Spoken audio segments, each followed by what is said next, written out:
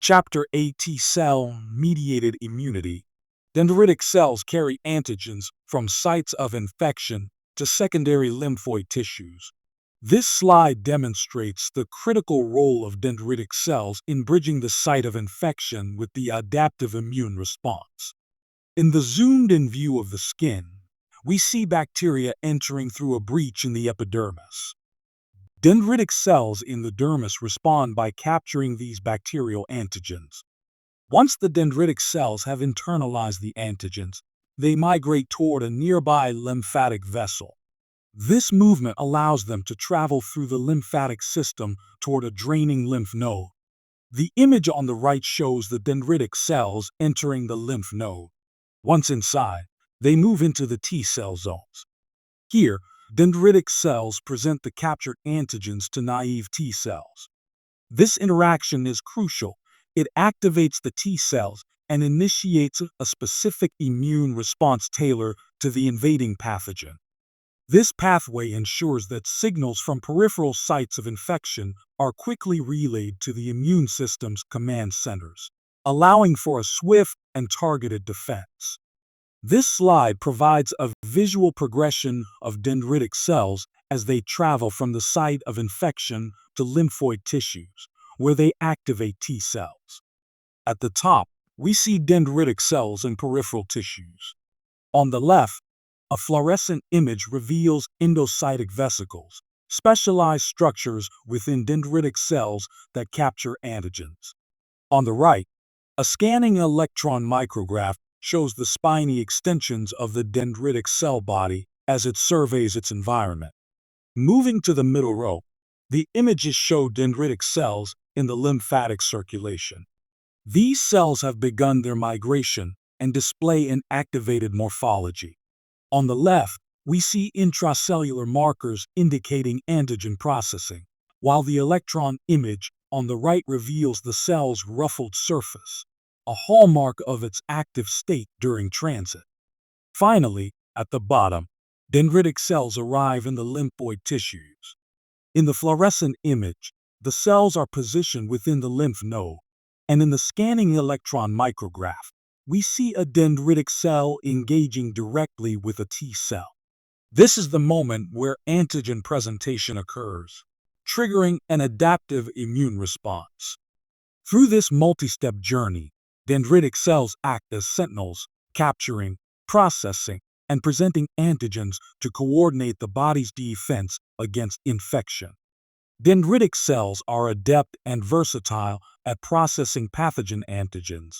This slide highlights the diverse pathways dendritic cells use to process and present pathogen antigens to T cells.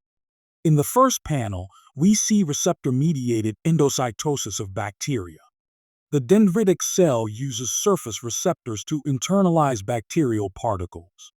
These are processed in endosomes and loaded onto MHC class II molecules, which are then presented to CD4 helper T cells. In the second panel, the cell engages in macropinocytosis, engulfing extracellular fluids containing bacterial or viral particles. Again, these antigens are processed and presented on MHC class II, activating CD4 T cells. The third panel illustrates viral infection. Here, the virus enters and replicates within the dendritic cell.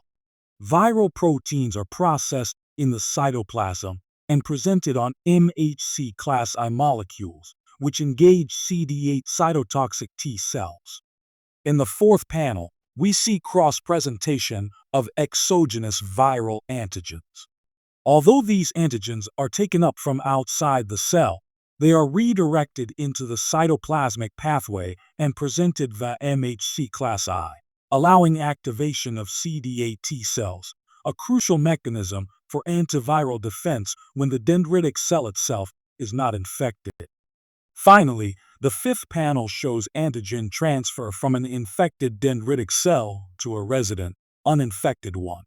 The receiving dendritic cell then presents the viral antigen on MHC class I, again stimulating CD8 T cells. Through these multiple mechanisms, Dendritic cells ensure that both CD4 and CD8 T cells are efficiently activated, enabling a robust and versatile immune response against a wide range of pathogens. Naive T cells first encounter antigen presented by dendritic cells in secondary lymphoid tissues. This slide illustrates how naive T cells first encounter antigens presented by dendritic cells in the lymph node. At the top right, T cells enter the lymph node through high endothelial venules, or HEVs, visible here as circular structures. These venules allow circulating lymphocytes to pass from the bloodstream into the lymph node cortex. Once inside, naive T cells begin to scan dendritic cells for presented antigens. The dendritic cell shown here carries a specific antigen that it captured and processed from a site of infection. If a T cell's receptor recognizes this antigen, it binds to the dendritic cell. This interaction, shown with the red arrow, triggers T cell activation and proliferation. Activated T cells then begin to differentiate into effector T cells, preparing to exit the lymph node via the efferent lymphatic vessel. From there, they travel to the site of infection to eliminate the invading pathogen. This tightly coordinated process ensures that only T cells with receptors specific to the antigen are activated, making the immune response both targeted and efficient. This slide illustrates the two main routes through which naive T cells can enter a draining lymph node during an immune response. At the top, we see an infection occurring in the skin. Dendritic cells at the site capture antigens and travel through afferent lymphatic vessels to the draining lymph node. Naive T cells can enter the draining lymph node through two distinct pathways. First, from the bloodstream, they pass through high endothelial venules, or HEVs, into the lymph node, where they can scan for antigen-presenting dendritic cells. Second, naive T cells can arrive from another upstream lymph node traveling through the afferent lymph.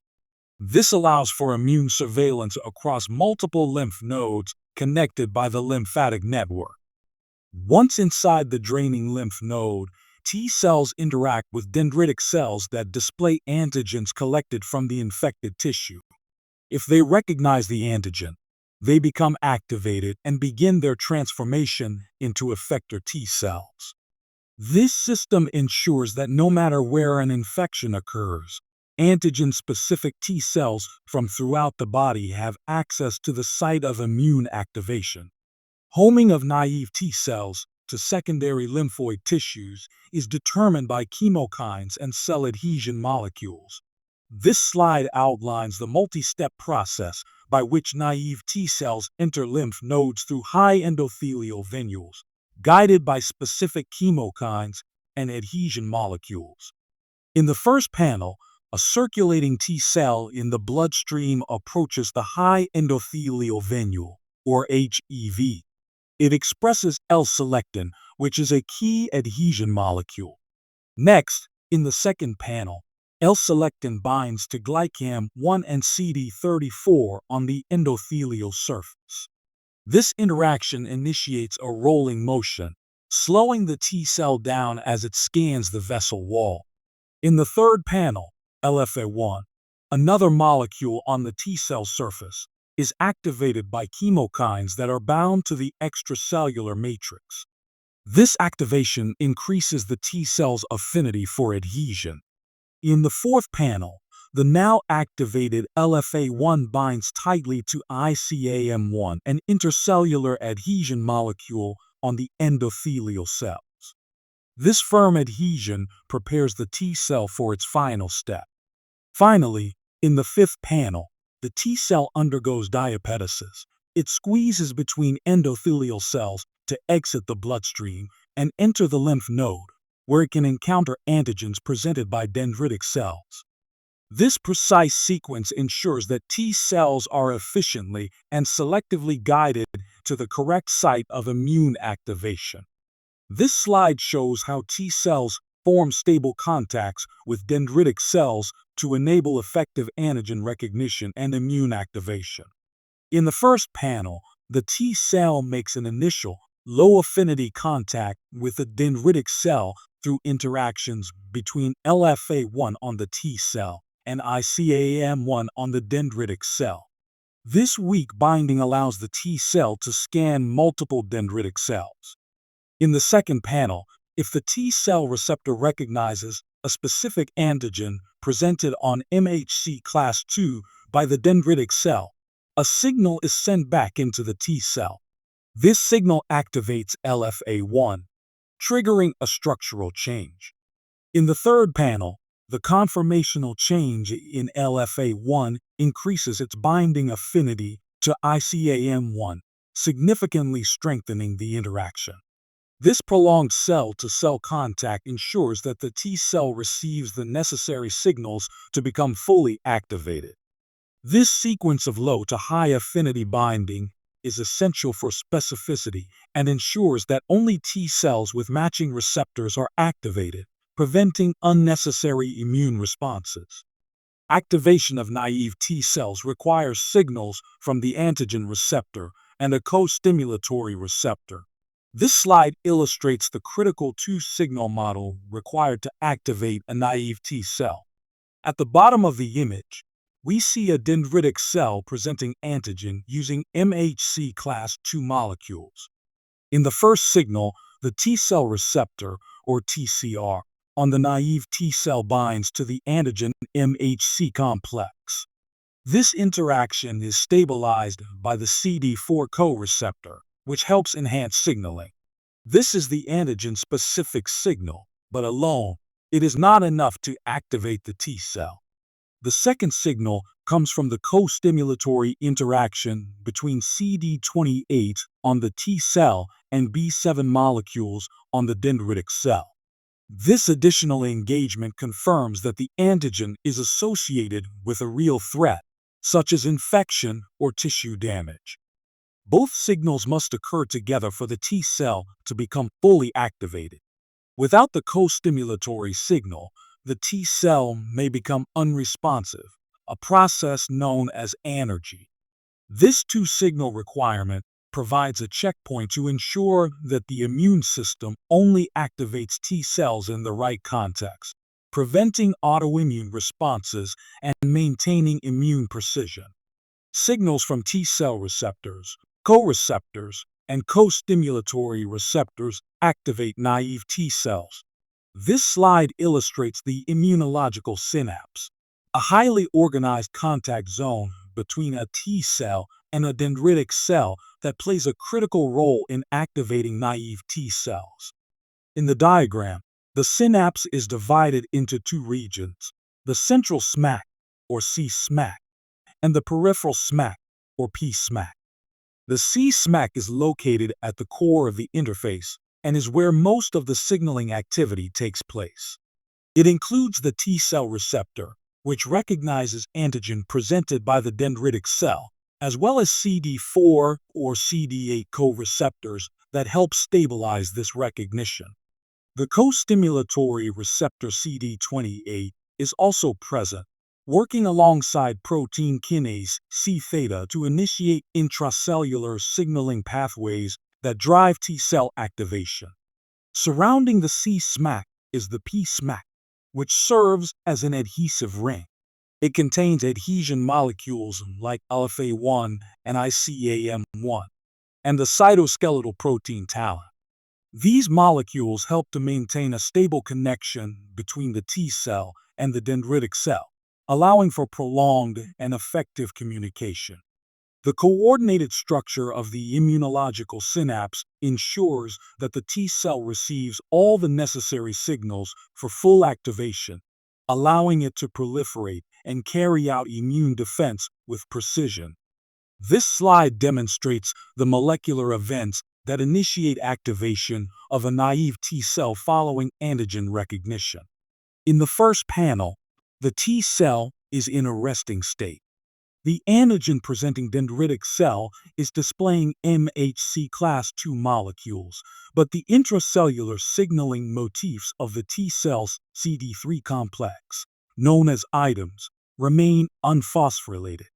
The kinase LCK and the signaling molecule ZAP70 are present, but inactive. In the middle panel, antigen recognition occurs. The T cell receptor binds to the peptide MHC complex, and CD4 acts as a co-receptor. This engagement brings LCK into close proximity with the CD3 chains, allowing it to phosphorylate the items. In the third panel, ZAP70 is recruited to the phosphorylated items and itself becomes phosphorylated by LCK. This step marks the beginning of the intracellular signaling cascade that ultimately leads to T cell activation, proliferation, and differentiation. The sequence of phosphorylation events shown here is tightly regulated and ensures that the T cell only responds when it has correctly recognized its specific antigen in the appropriate context. This slide illustrates the intracellular signaling cascade that begins when a naive T cell recognizes a specific antigen presented by a dendritic cell. The process starts as the T cell receptor engages with the antigen MHC complex on the dendritic cell.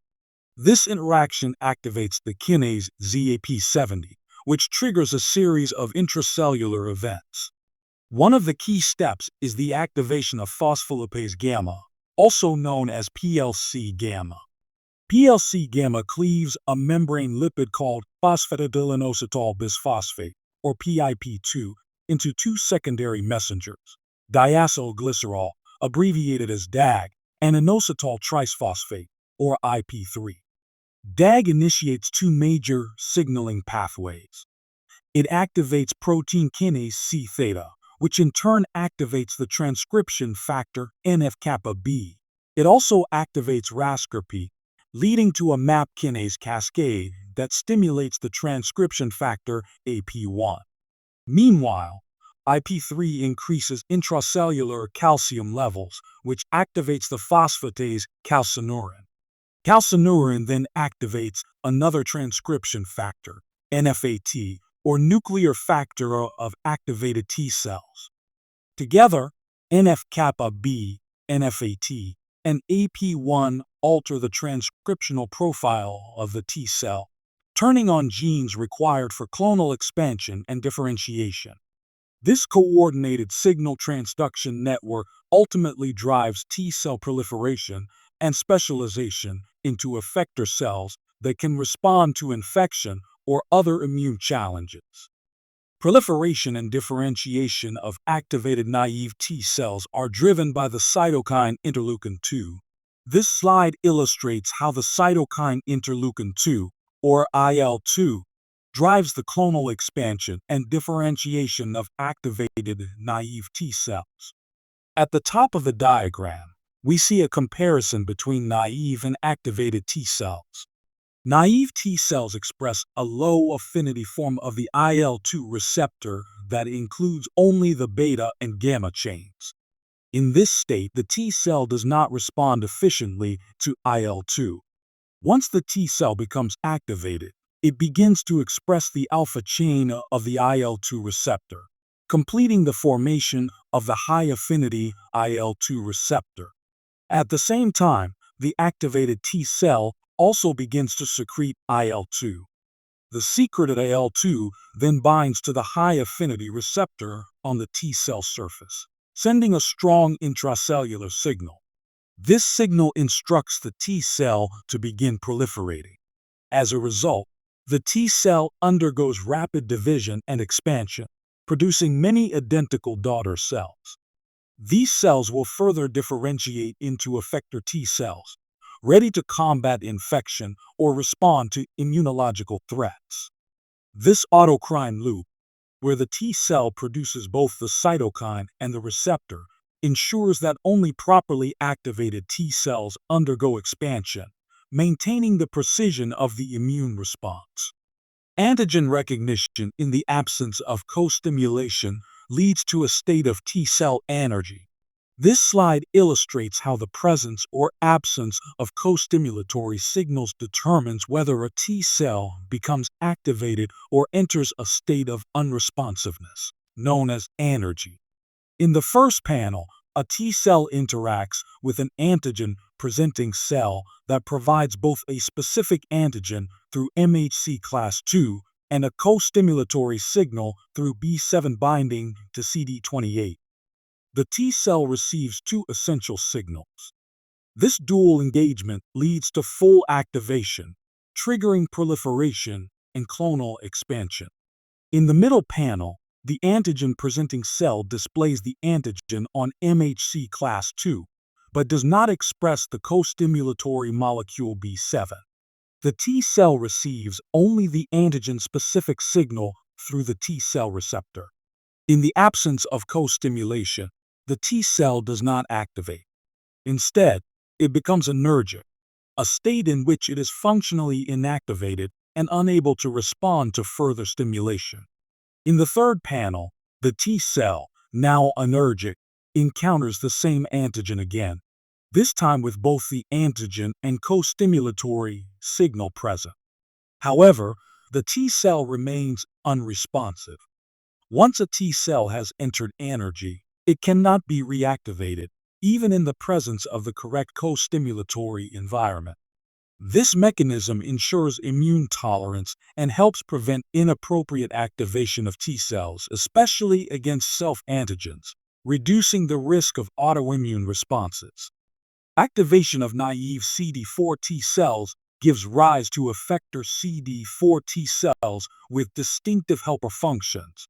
This slide outlines the major subsets of effector CD4 T cells and highlights how each is defined by specific cytokines, transcription factors, and immune functions. Naive CD4 T cells can differentiate into 5 major types of effector T cells, depending on the cytokine environment and antigenic signals they receive. Th1 cells develop in response to interleukin-12 and interferon gamma. The transcription factor Tbed drives their differentiation. These cells produce IL-12 and interferon gamma, and their primary function is to activate macrophages, helping to clear intracellular pathogens. Th17 cells are induced by IL-16, TGF-beta, and IL-23. Their development is directed by the transcription factor R or gamma T. They secrete IL-17 and IL-6 and enhance neutrophil responses, providing defense against extracellular bacteria and fungi. Th2 cells differentiate in the presence of interleukin-4 and are regulated by the transcription factor GAT3. They secrete IL-4 and IL-5, which support the activation of eosinophils, mast cells, and basophils. Th2 cells are key in coordinating immune responses to parasites. TFH cells arise in response to IL-6 and IL-21. BCL6 is the key transcription factor for their differentiation. They produce IL-21 and are essential for activating B cells and guiding the maturation of antibody responses within germinal centers. Finally, regulatory T cells, or Tregs, differentiate in the presence of TGF-beta and express the transcription factor FOX3. They secrete TGF-beta and IL-10, and their primary role is to suppress the activation and function of other effector T cells, helping to maintain immune tolerance. Each of these effector subsets plays a distinct and essential role in orchestrating the adaptive immune response. The cytokine environment determines which differentiation pathway a naive T cell takes. Positive feedback in the cytokine environment can polarize the effector CD4 T cell response. This slide presents data showing how the cytokine environment in leprosy lesions reflects the polarization of the CD4 T cell response into either a Th1 or a Th2 pathway. On the left side of the slide, we see cytokines associated with the Th1 response. In patients with tuberculoid leprosy, the lesions express high levels of IL-2, interferon gamma, and lymphotoxin. These cytokines are indicative of a strong cell-mediated immune response, which is effective at containing the infection but can lead to tissue damage. In contrast, patients with lepromatous leprosy show minimal expression of these Th1 cytokines, suggesting a weak or suppressed cellular immune response. On the right side, we observe the expression of Th2-associated cytokines. In lepromatous leprosy, lesions show elevated levels of IL-4, IL-5, and IL-10. These cytokines promote a humoral immune response, which is less effective against the intracellular bacteria that cause leprosy. In tuberculoid leprosy, the expression of Th2 cytokines is much lower. This inverse relationship between Th1 and Th2 cytokine production highlights how the immune system's response is polarized by the cytokine environment. The pattern shown here reflects a positive feedback loop. The cytokines produced by the initial immune response shape the development of additional T cells, reinforcing either a Th1 dominant or Th2 dominant immune profile. This polarization plays a critical role in disease outcome, with Th1 responses providing more effective control of the infection and Th2 responses leading to more widespread bacterial dissemination. This slide compares the two polar clinical forms of leprosy, tuberculoid and lepromatous, demonstrating how the nature of the immune response shapes disease outcome. On the left, we see tuberculoid leprosy. In this form, organisms are present at very low or even undetectable levels.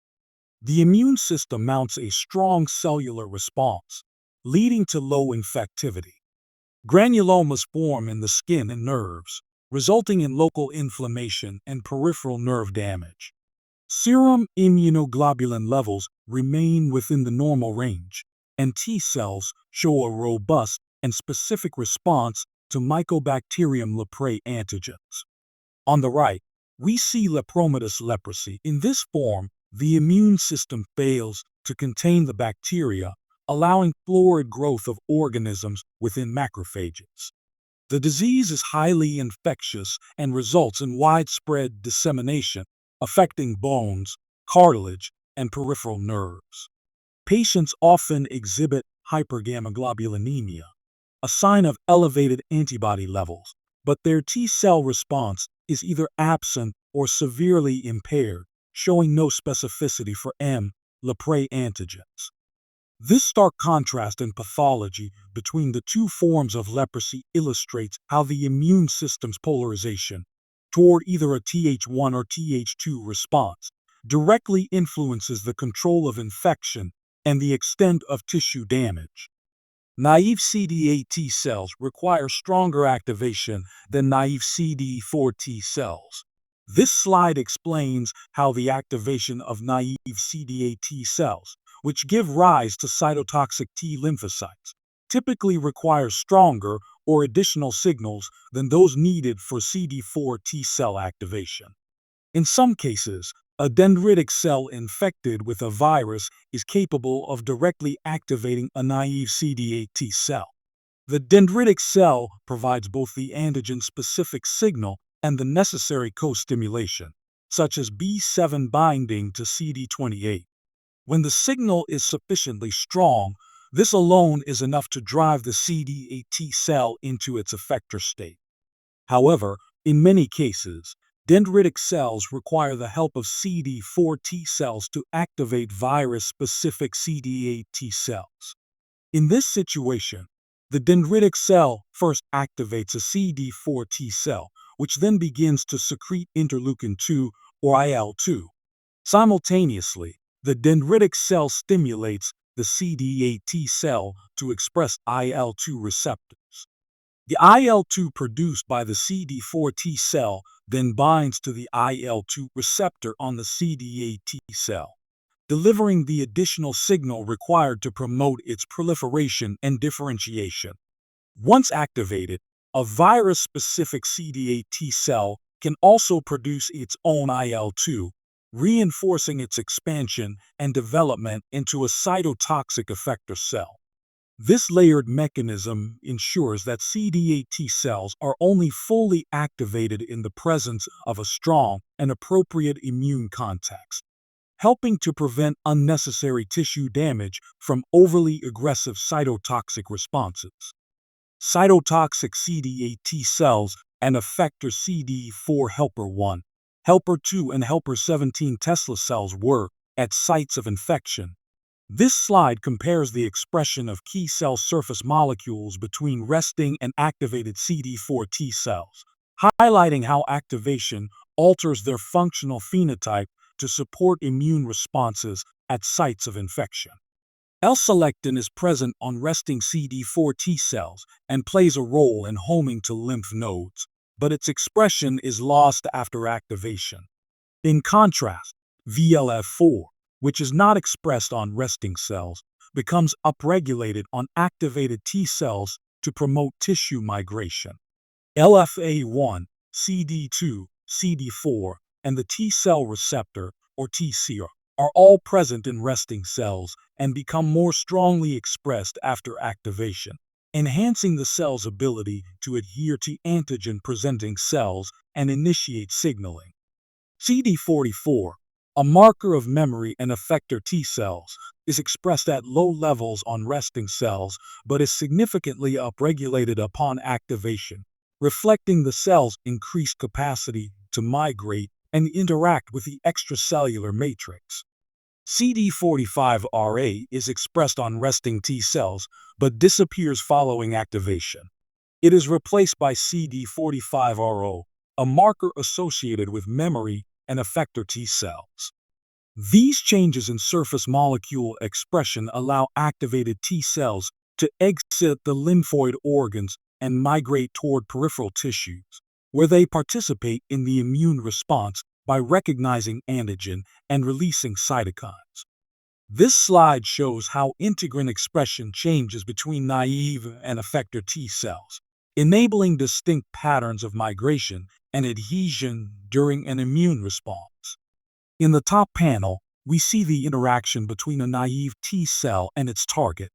Naive T cells universally express the integrin LFA1, which binds to ICAM1 on the surface of target cells. This interaction helps stabilize the initial contact between T cells and antigen-presenting cells in the lymph node. In the bottom panel, the shift to an effector T cell phenotype is shown. Upon activation, effector T cells begin expressing a different integrin called VLA4. This integrin binds to VCAM1, an adhesion molecule expressed on activated endothelium at sites of inflammation. This change in integrin pairing allows effector T cells to exit the bloodstream and migrate into inflamed tissues, where they can directly participate in clearing the infection. By altering integrin expression, T cells fine-tune their migratory behavior, ensuring they reach the appropriate location in the body depending on their activation state and functional role. This slide shows the full activation pathway of a naive CD8 T cell, from its initial encounter with antigen to its ultimate role as a killer of infected cells. On the left, a dendritic cell presents a viral antigen through MHC class I to a naive CD8 T cell. The T cell receptor recognizes the antigen, while co-stimulatory molecules like B7 binding to CD28 provide the necessary second signal. This dual signaling event initiates the T cell's activation. In the center panel, the activated CD8 T cell begins to proliferate and differentiate. Interleukin-2, or IL-2, is essential in this process. CD8 T cells either produce IL-2 themselves or receive it from nearby CD4 helper T cells. IL-2 binds to its receptor on the T cell, triggering a signaling cascade that drives clonal expansion and differentiation into effector cells. On the right side of the slide, we see the final phase. Effector CD8 T cells patrol the tissues and identify virus-infected epithelial cells. Upon recognition of their specific antigen presented on MHC class I molecules, these cytotoxic T cells release molecules that induce apoptosis in the infected target cells, eliminating the threat and containing the infection. This stepwise process highlights how antigen recognition, cytokine signaling, and targeted cytotoxicity work together to protect the host from viral infection. Effector T cell functions are mediated by cytokines and cytotoxins. This slide summarizes the distinct functions of effector T cells, both CD8 and CD4 subsets, highlighting the specific molecules they release and the immune responses they orchestrate. On the left, CD8 cytotoxic T cells are shown to deploy a suite of cytotoxins, including perforin, granzymes, granulysin, and cerglysin to directly kill virus-infected cells. They also secrete cytokines such as interferon gamma, lymphotoxin, and interleukin-2, further supporting immune regulation and cell expansion. Moving to CD4 T cells, we begin with Th1 cells. These cells secrete interferon gamma, GM-CSF, tumor necrosis factor alpha, lymphotoxin, and interleukin-2. Their primary function is to help macrophages suppress intracellular infections, especially those caused by viruses and certain bacteria. Th2 cells secrete interleukin-4, -5, -10, -13, and TGF-beta. These cytokines enable immune responses against parasites by supporting the activation of eosinophils, basophils, mast cells, and B cells. TFH cells, or follicular helper T cells, produce interleukin-21, IL-4, and interferon gamma. Their role is to help B cells become activated, switch antibody isotypes, and enhance antibody affinity during germinal center reactions. Th17 cells contribute to the immune defense by producing interleukin-17, -21, -22, and -26. These cytokines enhance the neutrophil response, particularly important for fighting off fungal and extracellular bacterial infections. Finally, regulatory T cells, or Tregs, secrete suppressive cytokines including TGF-beta, IL-10, and IL-35. Their job is to dampen immune responses by suppressing the activity of other effector T cell populations, thereby maintaining immune balance and preventing autoimmunity. Together, these effector T cell subsets form a highly specialized and adaptable immune network that tailors the response to different types of pathogens and immune challenges. Cytokines change the patterns of gene expression in the cells targeted by effector T cells.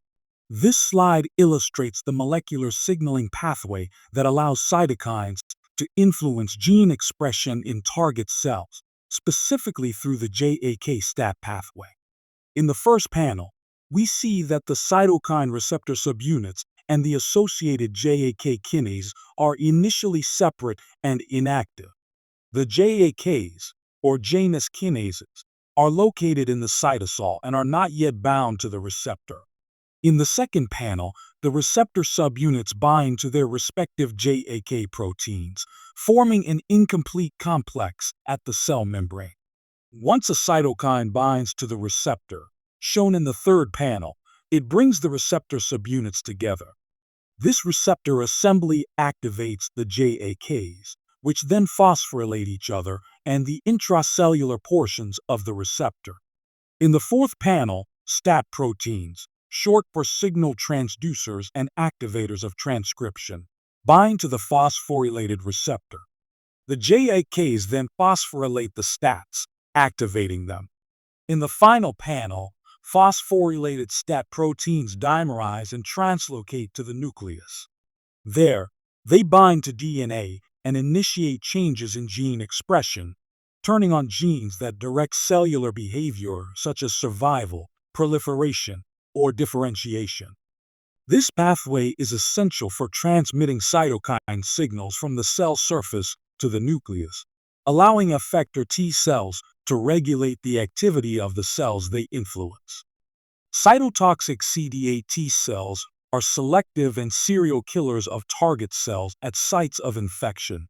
This slide illustrates the highly coordinated and targeted killing process executed by cytotoxic CD8 T cells, showing how they locate, engage, and destroy infected cells. In the first panel on the left, the cytotoxic T cell encounters a potential target through nonspecific adhesion. Initial contact is mediated by adhesion molecules like LFA1 on the T cell binding to ICOMs on the target cell. During this stage, the microtubule organizing center, Golgi apparatus, and lytic granules are still positioned randomly within the cytoplasm of the T cell. In the second panel, once the T cell specifically recognizes a viral peptide presented by the target cell's MHC class I molecule, the T cell undergoes a dramatic reorganization. The cytoskeleton and cytoplasmic organelles realign, polarizing toward the site of contact with the target. This redistribution ensures that the T cell is ready to focus its killing machinery precisely where it is needed. In the third panel, the cytotoxic T cell releases lytic granules directly into the immunological synapse. These granules contain perforin and granzymes, which enter the target cell and induce apoptosis. This mechanism allows the T cell to kill with precision, minimizing damage to neighboring healthy cells. On the right side of the slide, the fluorescence micrographs show this polarization in action. In image A, the T cell has not yet engaged a target, and its lytic granules are dispersed. In image B, the T cell has made contact, and the granules have moved toward the site of interaction. In image C, an electron micrograph reveals the T cell in the process of releasing granules at the point of contact with the infected target cell. This serial killing capability enables cytotoxic CD8 T cells to eliminate multiple infected cells in sequence, playing a vital role in clearing viral infections with high specificity and efficiency. This slide demonstrates the remarkable efficiency and precision of cytotoxic CD8 T cells as they eliminate multiple infected target cells in sequence. In the first panel, the CD8 T cell identifies a virus-infected cell by recognizing a viral peptide presented on the target cell's MHC class I molecule. This recognition initiates the killing process. In the second panel, the CD8 T cell releases its cytotoxic granules, which contain perforin and granzymes. These molecules enter the target cell and begin a programmed sequence that leads to cell death. Once the lethal message has been delivered, the CD8 T cell detaches and moves on to the next target cell, shown in the third panel. This allows the T cell to act rapidly and efficiently, continuing its mission without delay. In the final panel, we see the outcome of this serial action. The first target cell has undergone apoptosis. The second is in the process of dying, and the third is now being engaged by the CD8 T cell. This serial killing capacity allows a single cytotoxic T cell to eliminate numerous infected cells in a short period of time, making it one of the most powerful weapons of the adaptive immune system in clearing viral infections. Cytotoxic T cells kill their target cells by inducing apoptosis. This slide captures the process by which cytotoxic T cells eliminate infected or abnormal cells through programmed cell death or apoptosis. In image panel A, we see a healthy cell with an intact nucleus and well-organized cytoplasmic structures. At this stage, the cell has not yet encountered cytotoxic attack. Panel B shows a progression in cell fate. In the center, a target cell undergoing apoptosis is clearly visible. Its chromatin has condensed and fragmented, and small membrane-bound vesicles, known as apoptotic bodies, are forming at the cell surface. This controlled breakdown is a hallmark of apoptosis. In contrast, a neighboring necrotic cell appears swollen and disorganized, indicative of uncontrolled cell death. In panel C, a late apoptotic cell is shown. The nucleus is heavily fragmented, and the cell's internal structure is degraded. This cell is in the final stages of apoptosis, ready to be cleared away by phagocytes without triggering inflammation. This sequence illustrates how cytotoxic CD8 T cells achieve precise and non-inflammatory elimination of compromised cells. By inducing apoptosis rather than necrosis, they ensure that tissue damage is minimized and the immune response remains tightly controlled. This slide captures the rapid and efficient killing process executed by cytotoxic T cells in real time. At the start, the cytotoxic T cell, shown in green, makes contact with the target cell, which is stained blue. This contact initiates a series of precise molecular events that prepare the T cell for action. After just 1 minute, red-stained cytotoxic granules within the T cell begin to polarize toward the contact site. These granules contain molecules like perforin and granzymes that will soon be delivered to the target. By 2 minutes, the granules have been released directly at the immunological synapse, the interface between the T cell and its target. The contents of these granules begin to penetrate the target cell membrane, launching the apoptosis cascade. At the 3-minute mark, the process is visibly underway. The target cell starts to undergo structural changes, including condensation of its nucleus and cytoplasm, early signs of programmed cell death. This time lapse reveals the speed and precision with which cytotoxic T cells execute their function. In just minutes, they identify, engage, and initiate death in a target cell, helping to clear viral infections without causing widespread tissue damage. Effector helper T1 CD4 cells induce macrophage activation. This slide illustrates the essential partnership between effector Th1 CD4 T cells and macrophages during the immune response to intracellular pathogens. In the top panel, a Th1 cell encounters a macrophage that has become infected. The macrophage presents bacterial antigens on its surface using MHC class II molecules. The two cells make contact, bringing the Th1 cell into close proximity with the infected macrophage.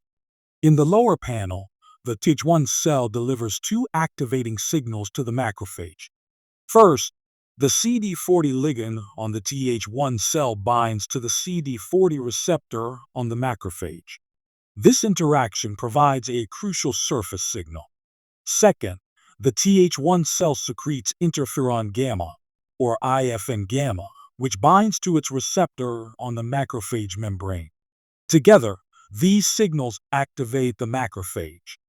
As a result, the macrophage increases its production of reactive oxygen species and lysosomal enzymes.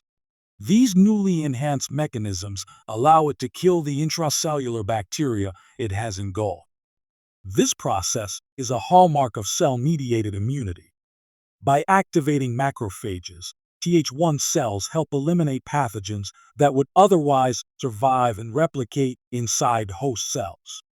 T cells and the naive B cells that they help recognize different epitopes of the same antigen. This slide illustrates the cooperative interaction between follicular helper T cells, or TFH cells, and naive B cells during the process of B cell activation. In the left panel, the B cell internalizes an antigen by binding it through its B cell receptor. The antigen is processed and presented on the B cell surface via MHC class II. A TFH cell then recognizes a peptide fragment from that antigen, but through a different epitope than the one recognized by the B cell receptor. The interaction is stabilized by CD4 on the T cell and MHC class II on the B cell. In the right panel, once the TFH cell has recognized the presented peptide, the two cells exchange critical activation signals. The TFH cell expresses CD40 ligand, which binds to CD40 on the B cell surface. Simultaneously, the TFH cell secretes cytokines such as IL-4 and IL-21 that act on the B cell to promote survival, proliferation, and differentiation. These coordinated signals initiate the full activation of the B cell, enabling it to proliferate and begin producing antibodies. This interaction is crucial for germinal center formation, class switching, and the generation of high-affinity memory B cells and plasma cells. Together, TFH and B cells work in synergy to ensure a precise and adaptive antibody-mediated immune response. Regulatory CD4 T cells limit the activities of effector CD4 and CD8 T cells,